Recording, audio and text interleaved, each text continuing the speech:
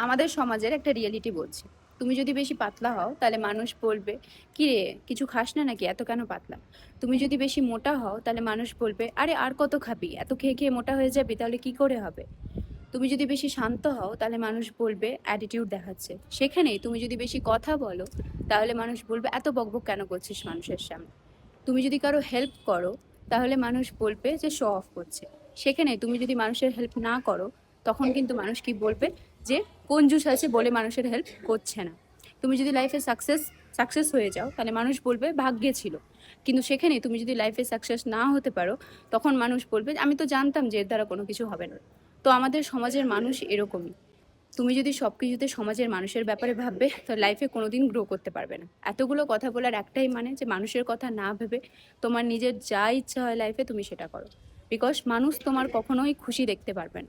সবসময় মানুষ কথা বলবে, আর মানুষকে তুমি কখনো খুশি করতেও পারবে না।